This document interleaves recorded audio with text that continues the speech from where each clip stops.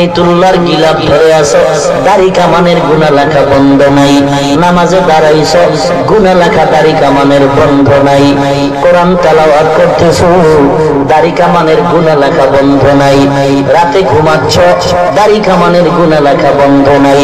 আমার নবীর 63 বছর জীবনে কোনদিন একটা সেকেন্ডের জন্য কোনদিন দাড়িবিহীন লোকের চেহারা দিয়ে তাকান নাই।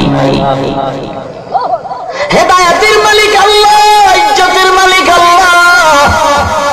আল্লাহ যদি কবুল করে একটা যুবক নাজাতের উসিলা হয়ে যাবে। যুবক পায়ে ধরে বলছি, নবীর কাঁদাও না, দাড়িটা কেটে নামাজ বাদ দিও না। নবীর জন্য কি তোমার মায়া নাই? মাদ্রাসায় পড়ে ঠগি নাই,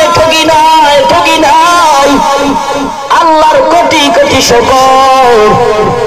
এত সম্মান দান করেছেন, ভাষা নাই বুঝাবার।